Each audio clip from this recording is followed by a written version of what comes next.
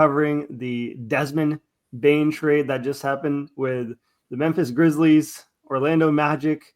We're going to go ahead and get straight into it here. Here's a quick graphic to help us all out on the trade summary.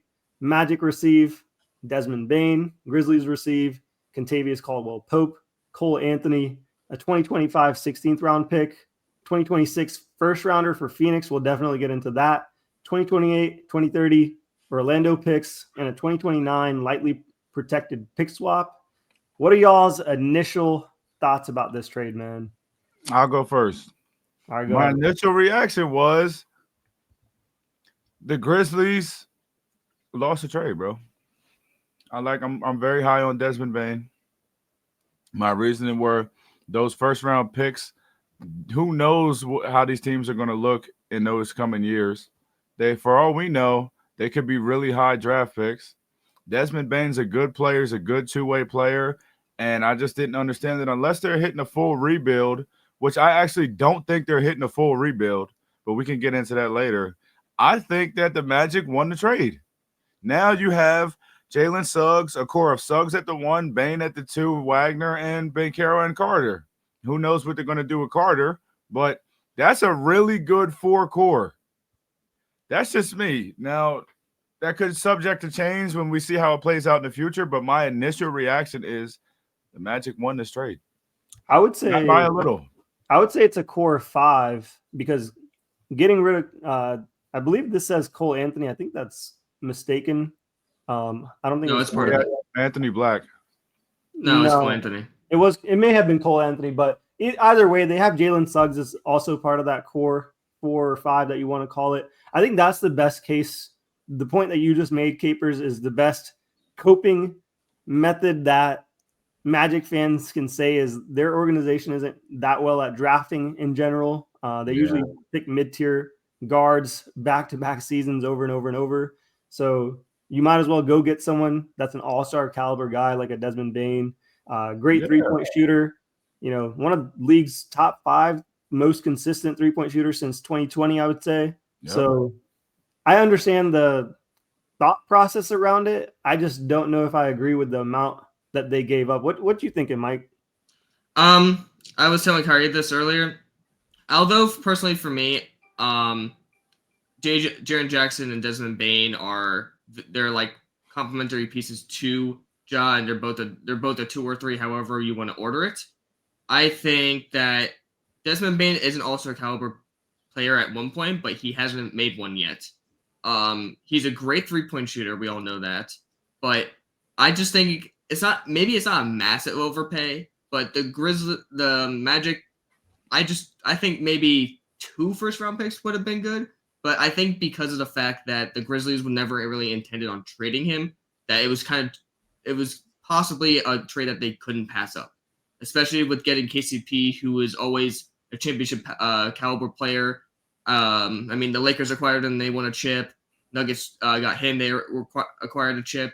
And most of the teams that get KCP either make the playoffs, or when they make the playoffs, they make a deep run. Or if they don't make the playoffs, not all teams can make the playoffs. But I think Cole Anthony could be a good 6-man for the Grizzlies. That 2026 first round pick for Phoenix is definitely up in the air because of this KD stuff, the Bradley Beal stuff. So I personally think that the Magic overpaid. I don't think Desmond Bane is worth that much. And for me, I think Desmond Bane's a little bit overrated, but that's just me. I think he's worth that much to the Magic. Magic being a bottom 3-point shooting team, and over the past 4 seasons, he shot 41% from the field. He was arguably the best player on the team last season with Ja's injuries and being more consistent over the past 4 years than Triple J. So I understand, the value that you can say as a Grizzlies team, and Grizzlies are usually a pretty stingent team where they don't make trades that often, and if they do, they always win them. And usually whenever I see them in a trade, it's like they always got a crazy haul for whoever they traded away or whoever they're trading for. So right, they're a really smart run organization. Whereas the Magic, if you can't draft well, you're probably not going to make trades well. That just shows kind of on both ends. what type of organization they are. But I do understand the rationale. If I had to grade the trade for the Magic, I would probably say it's like a C plus. It's an okay trade. Like, he's a 26-year-old. He's not some bum or anything. Like, he's a great player. He's about to be in his prime. Yeah, he's entering his prime. He was arguably the best player on the Grizzlies last season, the most consistent player. So, he's providing ball handling, defense. He's no slouch there. He's just a solid playmaker, and I feel like he can do things for them that they didn't have. He can provide that offense that they're looking for, the spacing, especially around Paolo and Franz as they're both developing their three-point shot. And I feel like he can just provide a little bit more veteran calmness, because I feel like they were missing that on the offensive end without the lack of ball handling. And it's also the East. No Celtics. So every team feels like with the power of friendship, we can get to the finals just like the Pacers did. I feel like every team is going to try to add a guy like a Desmond Bane to their roster, where it's like, hey, if we can get a core three of decent group of guys and pair them up around like a Wendell Carter and, other guys that are similar, in terms of bench players, you can go off on a run. And that's like the best case scenario. But I do see this as like a 50+ win team now in the East. Yeah, I agree with that. And Desmond Bane, he's like the perfect complementary piece for this team. He's a great shooter. He could play defense. He could make a little bit. And he doesn't necessarily need the ball at the level of Franz, Wagner, or Banchero need. So it makes it a seamless fit, bro. That's another reason why I do love the trade. But go ahead, though, Mike. I think not that the Magic are desperate to make the playoffs, because Paolo is one of the best players in the league. Franz is becoming one of those players, and Suggs is one of the best defensive guards in the league at the moment. With this trade, I'm not saying that the Magic didn't win this trade or lost this trade. I think Desmond Bane does make the Magic definitely better. I don't think they had to give up this much for him, but that's besides the point. We've already talked about that. I think the Magic definitely could be a playoff team. 50 wins yet to be determined. I don't know. I'm not good with win totals, but the East is so open to the point where this trade actually looks good. The West is just super goddamn loaded, and the East is just so wide open, because not just because of the Tatum trade, but because of all these players getting traded mostly to the West. It's making the East look like a cakewalk. It's like the next situation with the coach firing. Who knows who they're gonna get? Tatum with his Achilles tear. Now the Celtics are gonna have to shed some cap, trading KP, trading Jrue Holiday because of the second apron, and the Cavs. Who knows what they're gonna do, because they just can't get over the hump, especially even after the Hunter trade. So this trade, it's gonna look good in the eyes of the East, and it's good for them because they want to compete in a shitty East. So taking a player away from the West and bringing them to the East, it makes the East more competitive. But it's going to be very interesting to see how this trade plays out in the end. I agree. What do you think, Capers, man? I just think, I don't know. I actually had a question. Go ahead. How does this trade affect the Giannis Antetokounmpo sweepstakes, bro?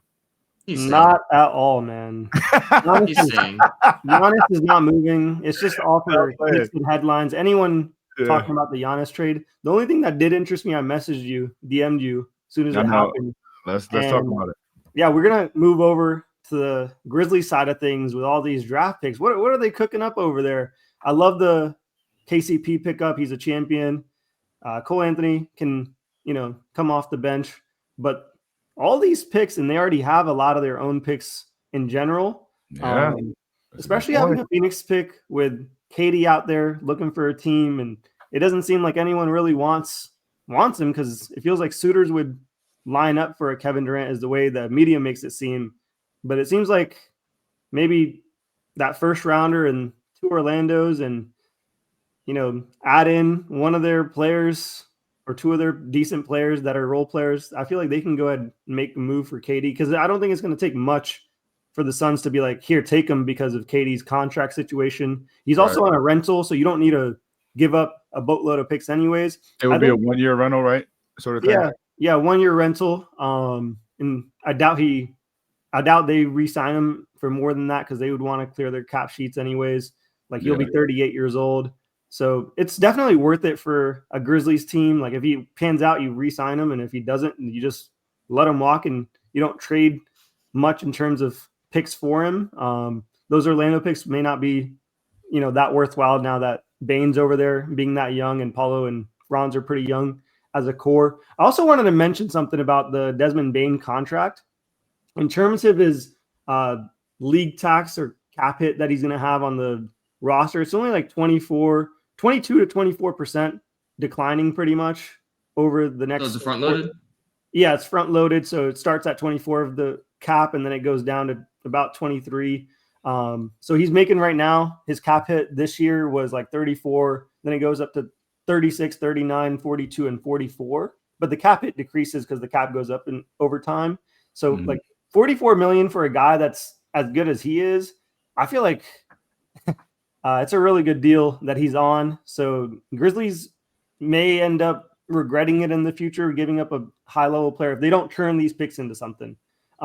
Maybe that player isn't a Kevin Durant and they're hunting for another core guy, or maybe they're just hunting for a set of role players and they think they need to get deeper around Ja because this does open up Ja as more of a primary ball handler, more usage.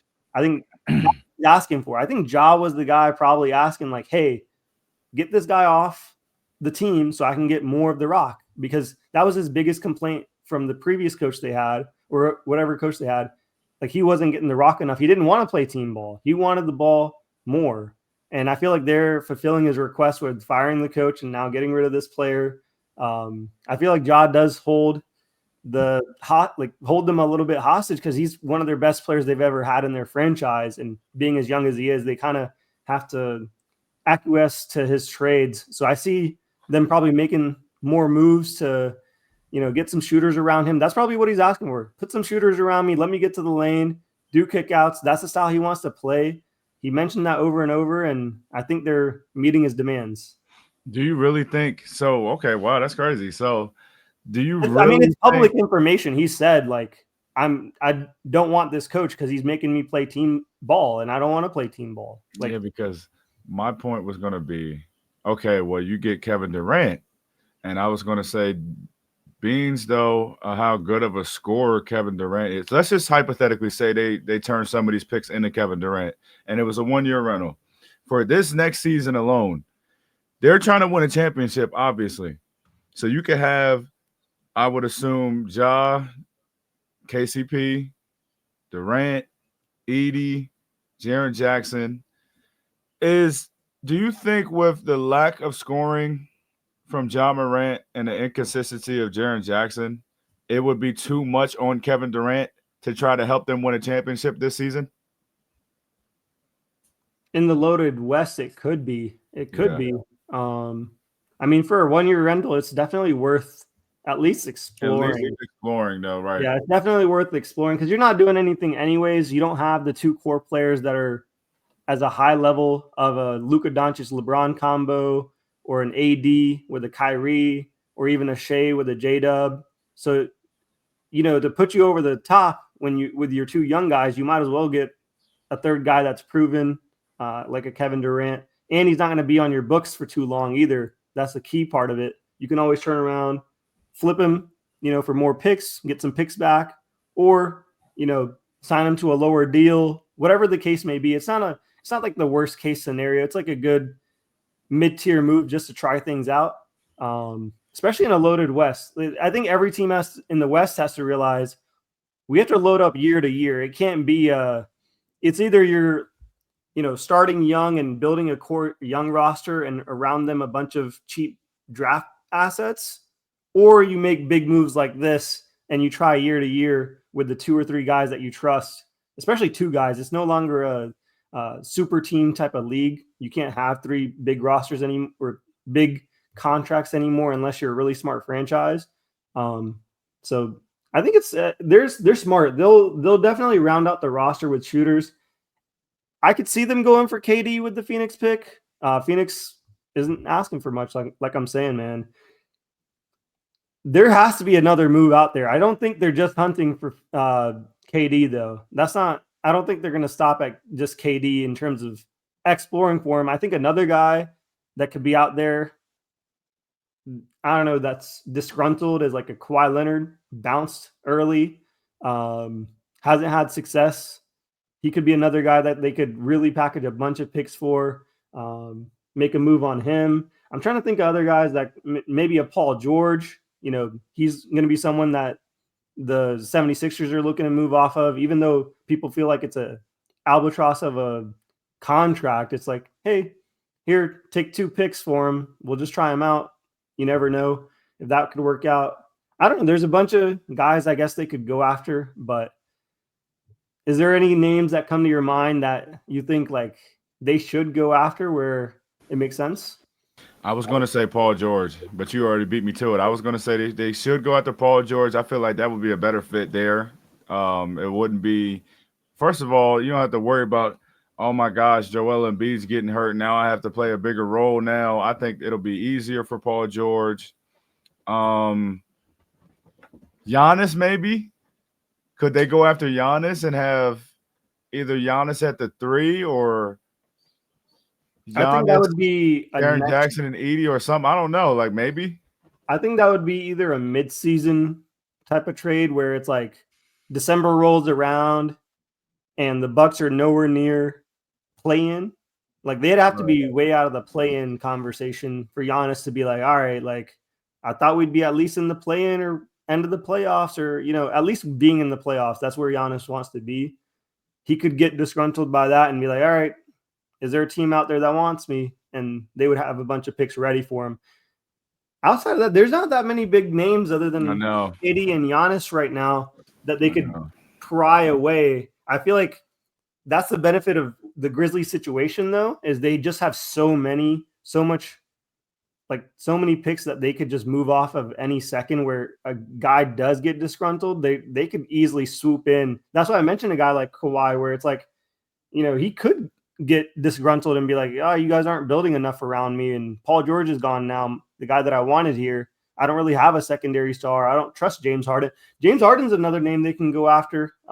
He's another guy I feel like that can get disgruntled really quickly in the middle of the season. I feel like this is a good mid-season option for them where they're going to be searching for someone that's disgruntled, cheap, and they can just make a quick run at in the playoffs and add to their roster, but they're going to probably run it with who they've got. I don't see any kind of crazy them chasing a really big move though. They'd have to move with the going price of a Rudy Gobert and a Desmond Bane being 4 and 5 draft picks. A Giannis is going at least for double that.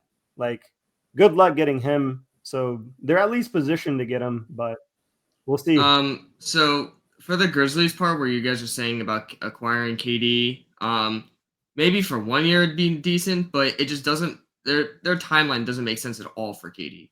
I mean, getting him for a 1 year rental, would it really be that worth it just to get him alongside JJJ, Edie, whoever their shooting guard's going to be at this point, and Ja?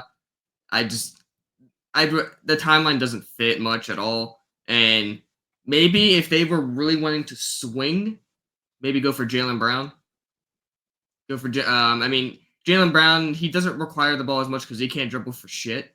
So he can drive into the lane. He can't really like dribble. He can drive into the lane and, do a midi or kick out. But if you really wanted to swing and, the Celtics already get shed cap because of the second apron and all that jazz, especially with Tatum and his Achilles, they could definitely swing for Jaylen Brown if they really wanted to try.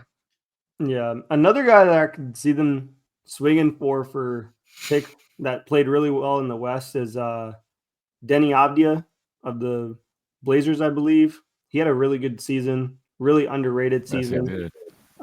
He's a guy that can become open when you have a lot of draft capital to throw, and he's young and fits the timeline of a Ja Morant. Those are the types of moves. I like the JB call out. He's going to be a guy that is a lot easier to move off of because of the size of the contract. And when you move off of Desmond Bane, you open up that cap space. I just don't know how comfortable they'd feel to have 3 big contracts like that, like how comfortable they'd be. But I think it'd be dependent on, how many assets that the Celtics are asking for. If they're asking for like 4 picks, sure, I'd do it for like 4 picks. But if they're going like, give me every one of your swaps and all your really good picks and a couple players, I'd be like, nah, man, I'm good on that. That's just asking a little too much, because I feel like that's what the Celtics will do. If they're asking for Tatum or JB, they're going to be asking for everything from the other team. And I don't think the Celtics understand that those guys are taking up so much of the cap that that's not a realistic. They have to come down probably on their asking price at some point. Just like they're doing with KD. Because mid-season, KD was they were asking a lot of teams for a shit ton. A lot. Now with his expiring contract and him listing his teams, I mean, they've already narrowed it down.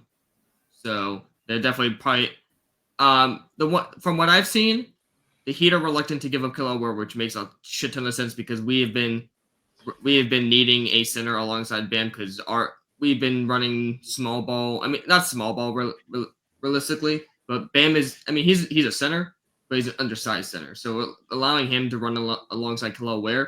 If the Heat were trading Kyle Lowry, we would have seen this KD trade before this trade. But because Kyle Lowry has so much potential, he's definitely a great stretch 5. He can rim protect. He can take up a shit ton of space within the paint. They're not giving up Kyle Lowry, and that's the big holdup right now. Suns want a center, which is why I don't see him getting traded to the Grizzlies. That's what I wanted to say earlier. I just lost my train of thought. They are looking for a center because they don't have any rim protection. Nurkic is way too slow. He's way too sluggish. Nurkic is on the Hornets. Oh, you're right. I forgot about that trade. No, you're good. Thank you for letting me know that. Now I sound like a dumbass. But yeah, they just don't have any center depth. So they're looking for a center. But the one thing I've seen swirling around is a 3-team trade with the Nets where they get Claxton. And then, we trade maybe Jaime or Jovic, trade Duncan Robinson over to somewhere else. And it becomes a 3-team trade. Maybe we give up 2 first-round picks, but who knows? And this is for Kevin Durant you're talking about. Yes. So let me ask you this: on the Heat's timeline, why would you want Kevin Durant? It definitely does prove a point when it comes to the Grizzlies as well. But the Grizzlies have a better future than the Heat do. Right. They have a way better future. We have the depth to make it make sense, but if you realistically think about it too, when we traded for Jimmy Butler, that wasn't part of the timeline either. Because Jimmy was around, what is he, 36 now? 35? At that time, he was what, 31? He was like 31-ish. Bam was maybe, Jimmy didn't even match our timeline at that point either. Yeah, but the thing is, the Heat organization doesn't tank. They don't want to tank. They don't want to rebuild. So the whole mantra is win, win, win. So if you can get KD for a lower asking price, keep him for another 2 years because KD, he's regressed a little bit, but not to the point where he can't be a championship contending player. Yeah. So as long as you can keep him for another 2 years, Hero had his best year damn near this year. Bam, the Bam and Ware minutes has been iffy, but if KD can definitely elevate this game, I think it could be better than not the Jimmy Butler saga, but KD is a better player than Jimmy. Not defensively, but offensively, he's way better than Jimmy. So I think he elevates us more than Jimmy, and probably, who knows if we can even make the finals, especially with how Indiana's playing. The East is still wide open, so if we get KD, I can see us making conference finals. Yeah, I think even with the Desmond Bane trade itself, I think every team is essentially competing against Indiana for an Eastern Conference run next year. At this point. Except the bottom runners. Yeah, except for the bottom running teams. I feel like another team that's going to be out in the mix for KD is like a Atlanta Hawks. They got nothing going for them either, and they got options that they could move over to KD. I feel like every team that's kind of in that bucket of a Magic or Memphis, where you're kind of in the play-ins and you have a guy and you need to pair him up with another scoring guy, like there's a bunch of teams that could be named out there. But I think that kind of wraps up most of the thoughts on KD and this trade, and we'll see if that happens, and then we'll run this again. Absolutely. All right, guys. Absolutely. Thank you guys for watching. Make sure you guys go ahead and hit that like, hit that subscribe, and we'll see you guys next time. Peace out.